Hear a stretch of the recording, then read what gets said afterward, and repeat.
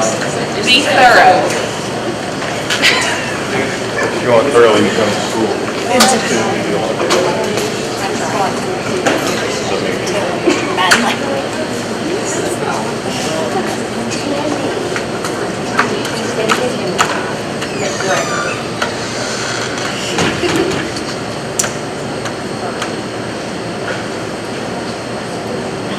That's not it. That's a good thing to know.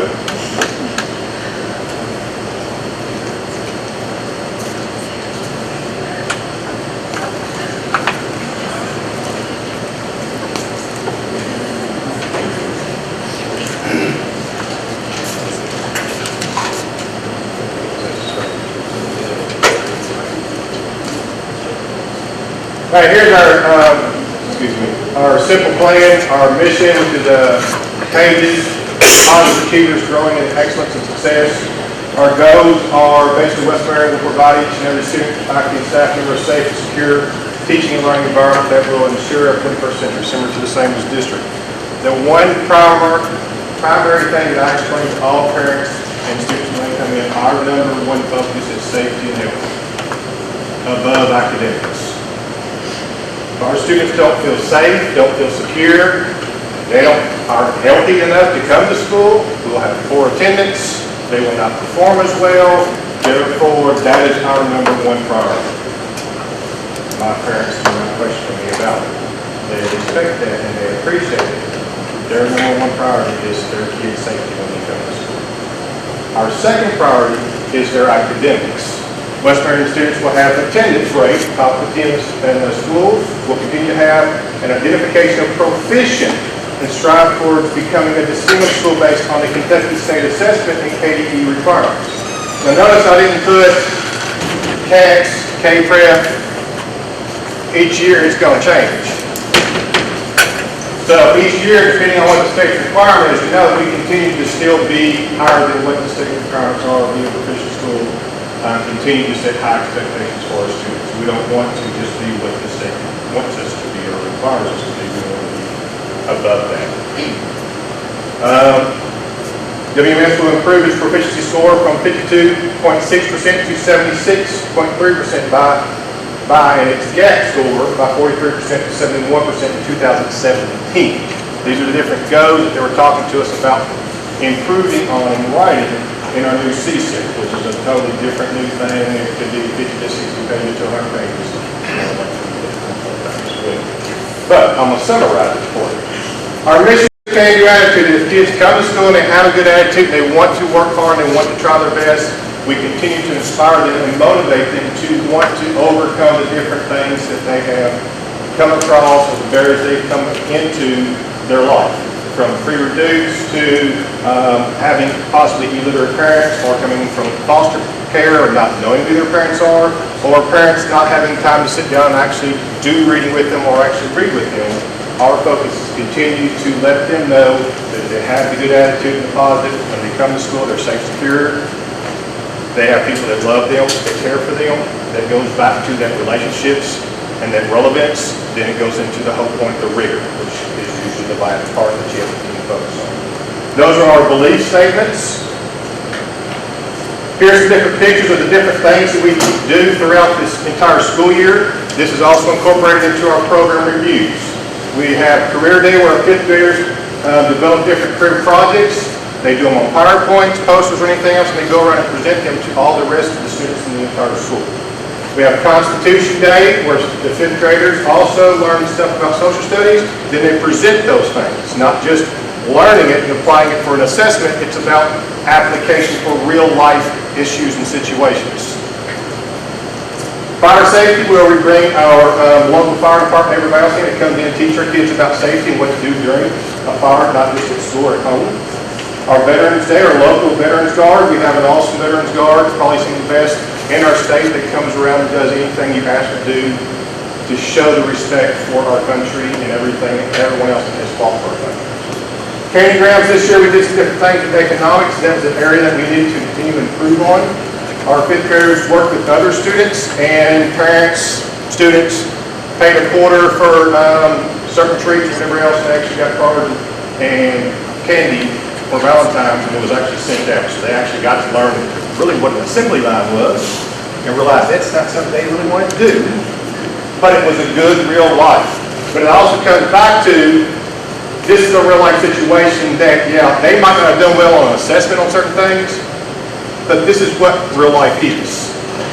Real life, you don't sit there and take an assessment every single month like you do at the high school or the middle school or the elementary school, continuously to see exactly where you're at. I don't know too many jobs that do that on a daily or monthly basis. Parents and Grandparents Day, we probably had 70 to over 100 some grandparents and parents into our cafeteria. Good thing the fire marshal wasn't there. Because we would probably be definitely over our overall numbers. But it goes back to the support from our community, our parents, on the importance of school.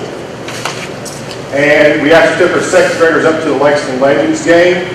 Some of the kids had never been to a baseball game before.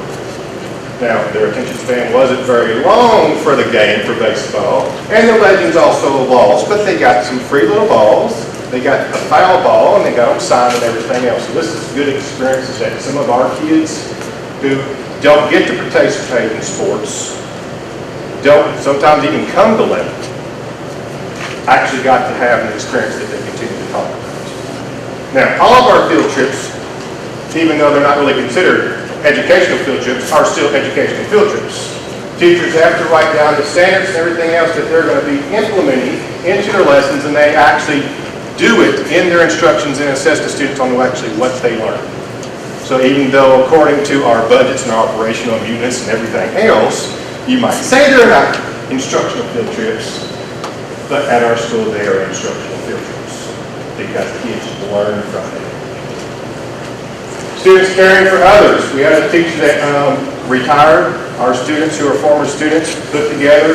We got different OT shirts from all of our different themes. Made a quilt. All the former students actually made handprints to put their names on there. And all the kids did this, and we put together a quilt and provided this for that particular teacher. This is a life experience that they continue to care above and beyond, not just the curriculum. Senator Hickman came down for his back to school program. Our focus is on each student's needs. Sometimes we do ham days events. Our one parent council member who's pretty much in charge of ham days is actually at a ham days meeting. That's why she's not here today. But sometimes our students don't actually come to town to participate in ham days events. Yes, we are a totally different zip code away. But some of them would rather go to Bardstown because it's closer than come to town to Lebanon. So we do different events to give them an idea of what the ham days is actually like in Marion. Writing letters to soldiers. This year we also wrote different letters to different local soldiers. And the students took their writing skills and applied that and actually wrote soldiers in different, some of them actually wrote back to the students. Parents helping out. Course performance, which I got to conduct, which I don't know if that was a good experience or not, but we made it through. We had some local parents who did different beehives and everything else to come and actually show the students those different skills and what it takes to raise bees. Some students having fun, doing different things, and enjoying school. It goes back to the old Chinese proverb that if you enjoy your job, you don't really work a day in your life. Well, it's the same thing. If you enjoy school, you don't really consider it to be work. And it goes back to the importance of you have to continue to celebrate the small things, motivate your students to continue to want to work harder each day. Dress up fire safety students. Mr. Terry Mills came down and spoke with us. Here's some of our scores. I'll basically piggyback off the elementary schools. When our second Think scores came back, and I just put up third, fourth, and fifth graders, it was sort of heartbreaking. My teachers were very taken back because we go from students, if you look at our primary, the numbers that are here is pretty much what primary's distinguished numbers are. Now don't ask me why they decided to make those changes on the second Think test instead of the first one, as well as first grade or kindergarten all the way through fifth. So this is something that we're also deciding to talk about as elementary principals of, do we want to continue to work with ThinkLink, or do we want to switch with MAP? But it also comes back down, you can have these assessments, and this will give you different indications, but the main thing is what is going on in the classroom to help improve these areas. For example, we have in third grade, 9 students. We went from 7 to 21 to 9. So, at first it wasn't that many. And second test is like, what happened? That was across the whole board. Then we were like, okay, we have to continue to target these and work on this. That dropped, which was good. But some of these continued to not drop as much, and we actually had very, very few distinguished areas. Now, these numbers, we compared pretty much to all the elementary. It's like, what happened? Did this same thing happen to you? Just across the board, or did we have some major issues in our school? And it's sort of across the board. Now, does that change the fact that we're continuing to target that and target those specific areas? No.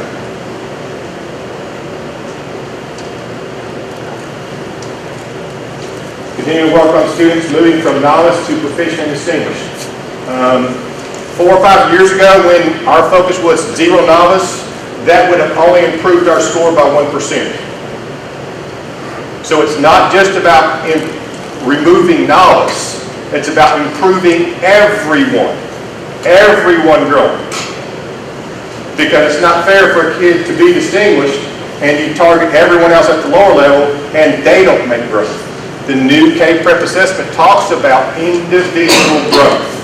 So when this next assessment comes back, it'll be a good eye-opening experience to say, comparing students to students, the same students, reading, math, compared to the same levels of what they scored the first K-Prep nationally, of everybody else that scored at that same level. So it will give us a better indication of how much growth is really being taking place at each of your schools. Here's our math. It sort of looks the same way. We go from third grade, 8 novice, to 18 to 11, 8, 15 to 9. They're concerning.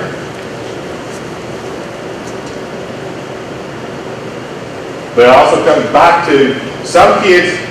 For example, I've known 1 or 2 kids who actually are usually normally distinguished students on their reading level, but sometimes have a poor attitude or have other issues going on at home and come in and taking a test is the last thing on their mind.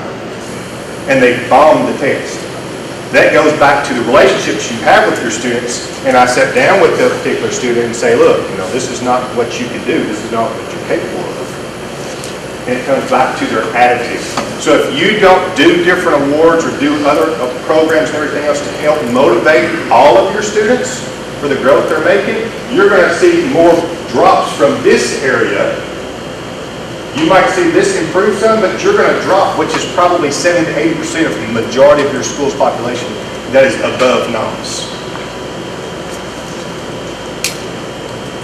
Here are some of our CSIP goals. We continue to make changes with our literacy plan.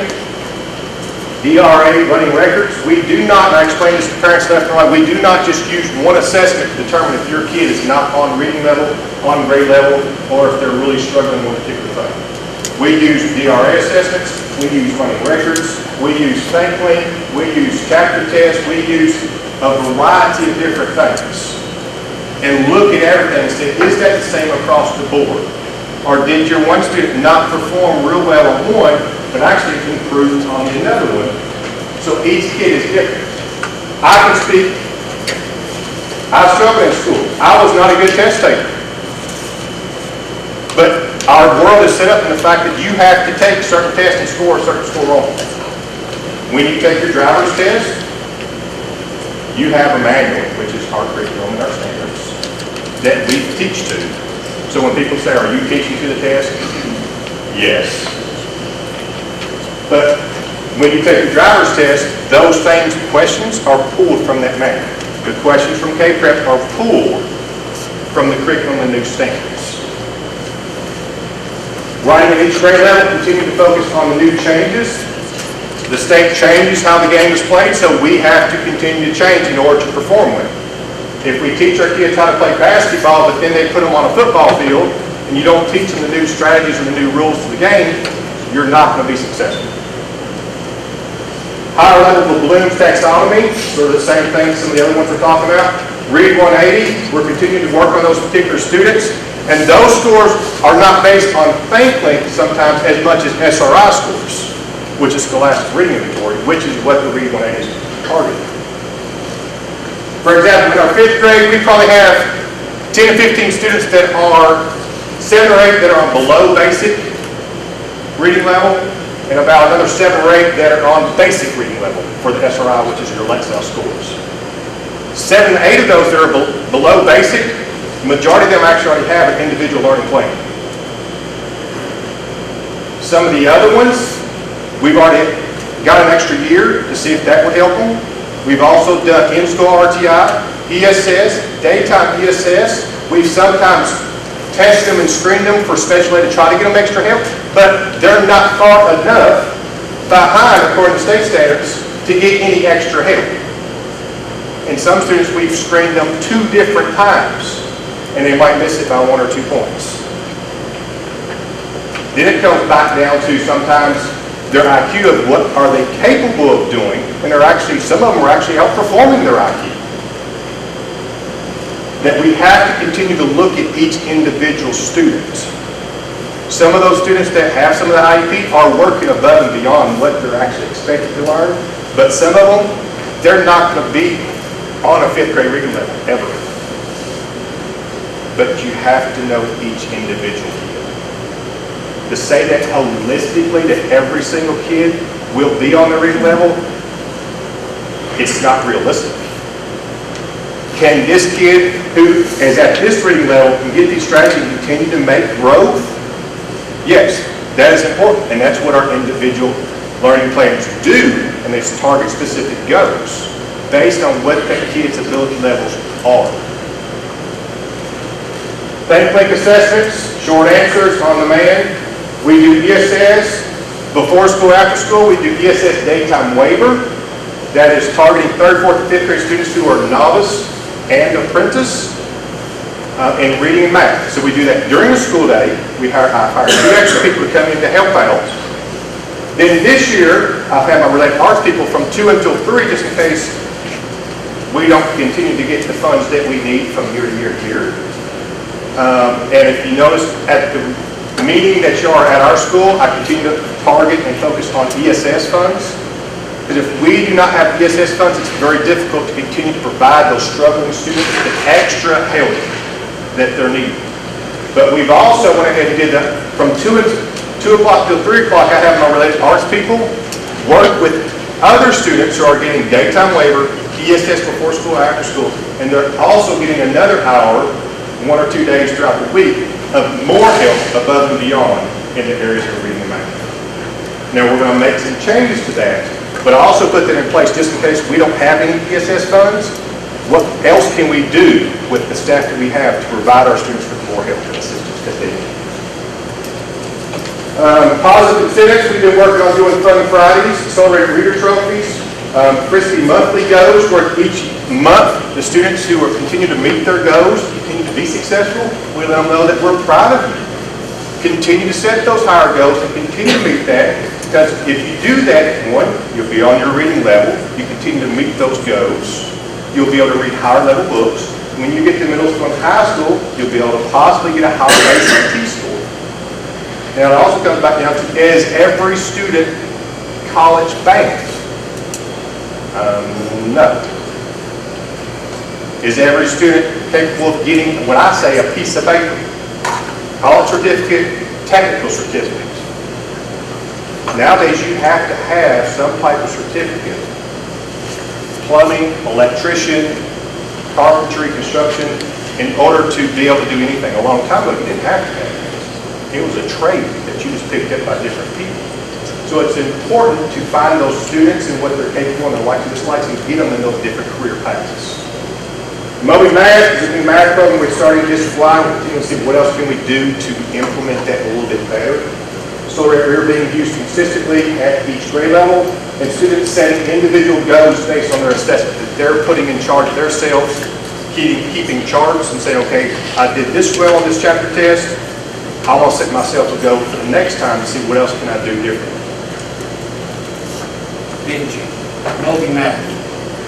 Is that the same as math and motion? Motion. Never heard of that. What is multi-math? Math is something that we worked on switched at the elementary level to take place historically. It's a self-paced online software, individualized. Can be done anywhere. If you set it up that way. Yeah. We don't allow our kids to take some reader test at home or some math test or one math test at home because it's kind of hard to determine who's actually taking the test. So in order to be fair, consistent to everyone, we talk about the plan to get fair. So, is it actually cheaper than Surrey math? So you are talking about budgets and everything else? Yes, probably 3 times cheaper. But there's also different kinks and other things we need to get better at to help provide our students with more things as well as our teachers to help them. So our theme this year is survive, outwit, outsmart, outlast. We want our students to not only survive in the world, but to thrive, to continue to improve on themselves, no matter what their ability levels are, no matter if they have a college degree, technical degree, or anything else, continue to thrive and be productive citizens. Any questions?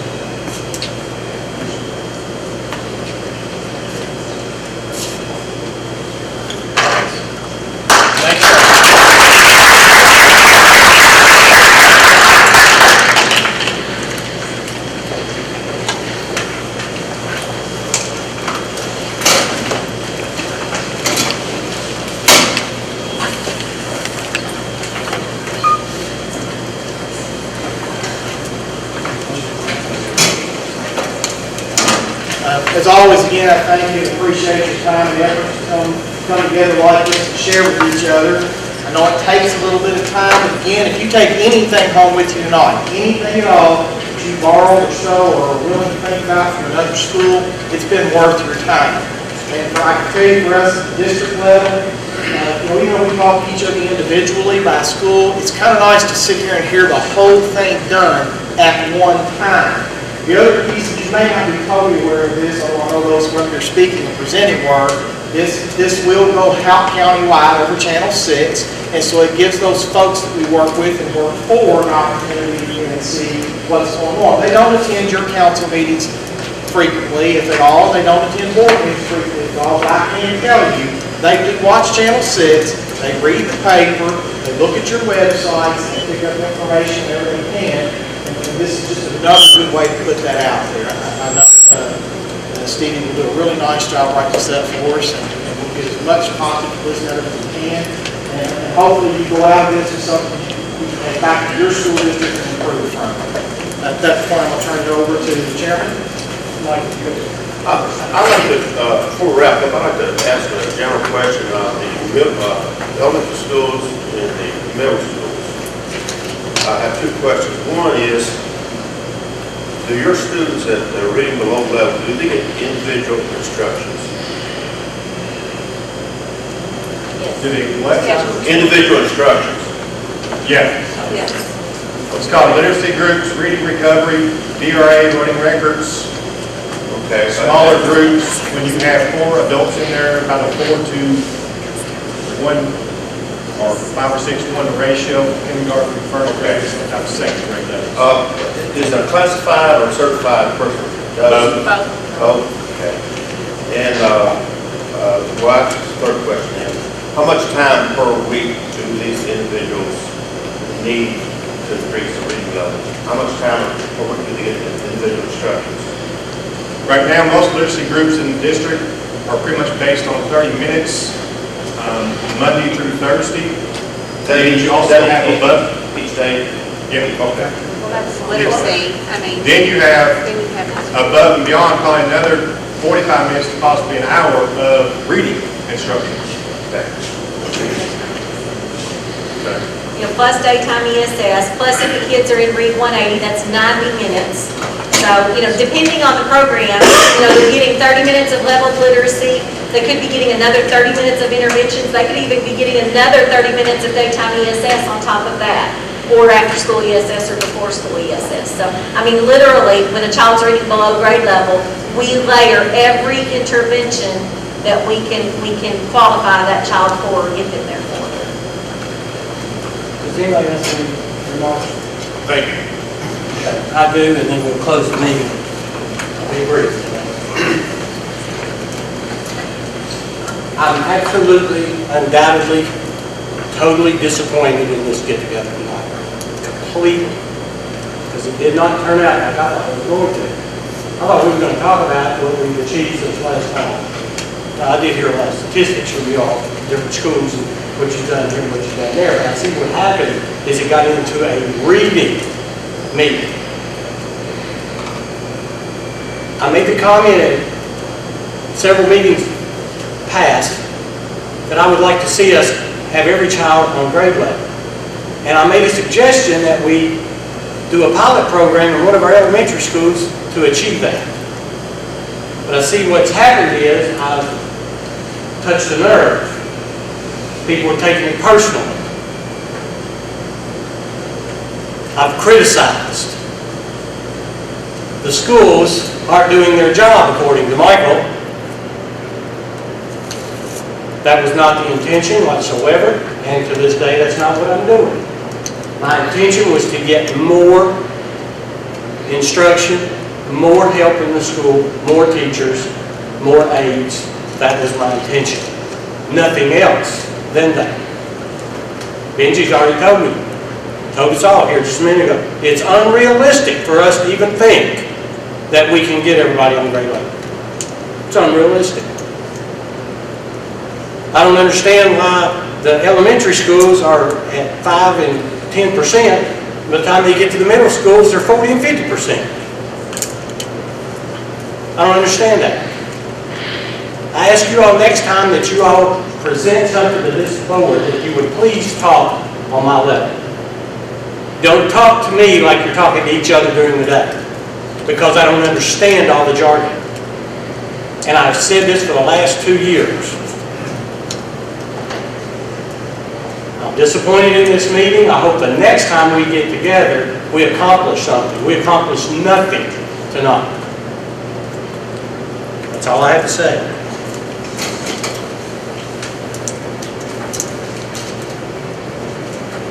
I move to adjourn. Second. All those in favor? Aye.